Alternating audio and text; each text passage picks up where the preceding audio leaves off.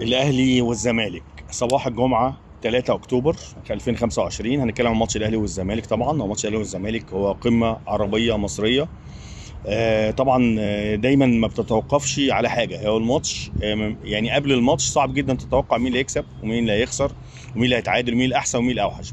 بتعتمد على توفيق الفرقتين في المباراه نفسها وتركيزهم يعني. فطبعا الماتش ده ليه ظروف خاصه لان الفرقتين كانوا وحشين جدا ونتائجهم وحشه جدا في الدوري قبل الماتش.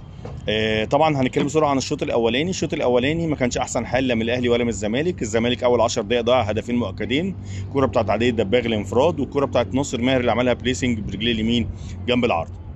بعد كده الاهلي استحواذ ورغبه في الفوز، وكان الاهلي افضل لحد نهايه الشوط الاولاني اللي خلص 0-0.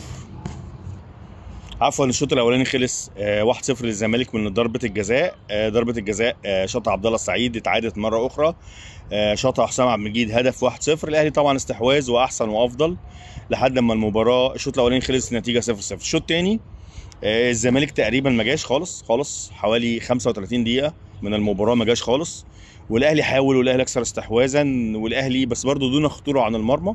تيرنينج بوينت في المباراه هي اصابه طاهر محمد طاهر. اصابه طاهر محمد طاهر، فعماد النحاس نزل حسين الشحات. ما اعتقدش ان هو كان نازل حسين الشحات. لو كان طاهر محمد طاهر ما اتصابش كان هيكمل بطاهر، والله اعلم حسين هيشارك او مش هيشارك. وحسين الحقيقه هو كان نجم المباراه، هو اللي غير المباراه تماما، هو اللي جاب الجون الاولاني، هو اللي تسبب في ضربه الجزاء اللي تريزيجيه احرزها. وانتهت وصلنا لدقيقه 80 والنتيجه 2-1 للاهلي في 6 دقائق بالظبط. حسين شحات غير المباراه.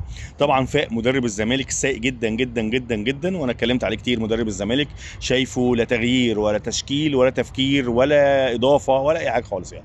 مدرب يعني مش عارف الزمالك متمسك بيه ليه.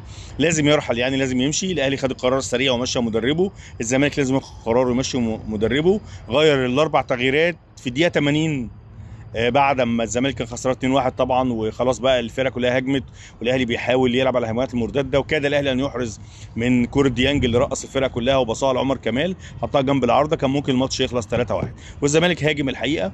فالفتره الجايه انا شايف الزمالك مش كويس كمستوى، شايف الاهلي برضو مش مستوى مش كويس. رجع له الروح تاني بس مش مستوى. فاحنا مع بعضينا وهنتابع وهنشوف ان شاء الله باذن الله. وبقول جمله افتكروها مني: خلي بالكم من بيراميدز، خلي بالكم من فريق بيراميدز في الدوري المصري، خلي بالكم من بيراميدز. والايام جايه وهنشوف مع بعض ان شاء الله باذن الله.